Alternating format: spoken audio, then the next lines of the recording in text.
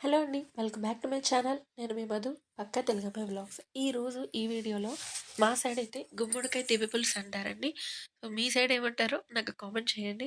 నేను దీన్ని ఎలా తయారు చేయాలో ఈ వీడియోలో చూపించబోతున్నానండి. దీనికోసం నేను ఒక 2 క్యారెట్ అయితే తీసుకున్నాను. క్యారెట్ తీసుకున్నాను, ఆనపకాయ తీసుకున్నాను, బెండకాయలు తీసుకున్నాను అండ్ గుమ్మడికాయ కూడా తీసుకున్నాను. కొద్దిగా లైట్‌గా పచ్చిమిర్చి కూడా నేను యాడ్ చేసుకున్నానండి.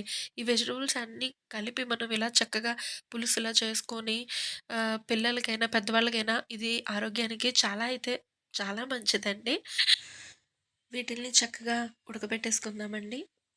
ఇవి సగం బాయిల్ అవుతున్న తర్వాత మనం రుచికి సరిపడా ఉప్పనేది ఇప్పుడే యాడ్ చేసుకుంటున్నాం మధ్యలోనే.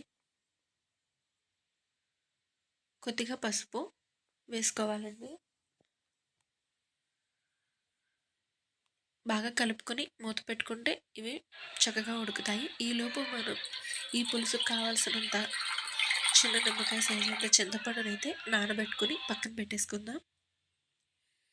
తర్వాత పప్పు, పప్పు ముందుగానే నేను ఉడకబెట్టి పక్కన పెట్టేసుకున్నానండి. కొంతమంది డైరెక్ట్ పప్పును ఉడకబెట్టేసుకొని అందులో వీటిని బాయిల్ చేసుకుంటారు. నేనైతే ఇలా చేస్తాను. పప్పు ఉడకబెట్టుకున్న తర్వాత ఆ ఉడకబెట్టిన ముద్దపప్పుని నెక్స్ట్ మనం నానబెట్టుకున్న చింతపండు పులుసు ఈ రెండిటిని కూడా ఒకేసారి యాడ్ చేస్తున్నానండి. యాడ్ చేసి బాగా కలుపుకోవాలి. ప్లీజ్ నా వాయిస్‌ని కొంచెం ఇగ్నోర్ చేయండి. నాకు కొంచెం కోల్డ్ ఉండింది. అందుకనేసి. దీనిలోకి మనం ఎంతవరకు స్వీట్‌నెస్ అనేది మన చాయిస్ అండి. అంటే మరి తీపి తక్కువ తినేవాళ్ళు తీపి తక్కువగా వేసుకోవచ్చు. బెల్లం అనేది తక్కువగా వేసుకోవచ్చు. ఎక్కువ తినేవాళ్ళు కాస్త ఎక్కువ బెల్లం వేసుకోవచ్చు. మా ఇంట్లో కొంచెం ఎక్కువగా తీపి తింటారు. సో, నేను దానికి కావాల్సినంత తీపికి కావాల్సినంత బెల్లాన్నయితే ఇక్కడ నేను యాడ్ చేసుకుంటున్నానండి. ఆ తర్వాత మనకి ఈ తీపి పులుసు అనేది కాస్త చిక్కబడడానికి పలచగా అయితే ఉంటుందండి. కొద్దిగా అలా ఉన్నవాళ్ళు అలా ఇష్టపడే వాళ్ళు ఉంచేసుకోవచ్చు.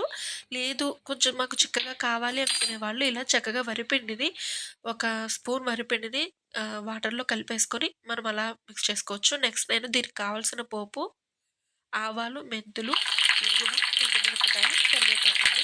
మనం రసానికి పోపు పెడతాం కదా! సేమ్ దీనికి కూడా అదే పోపు.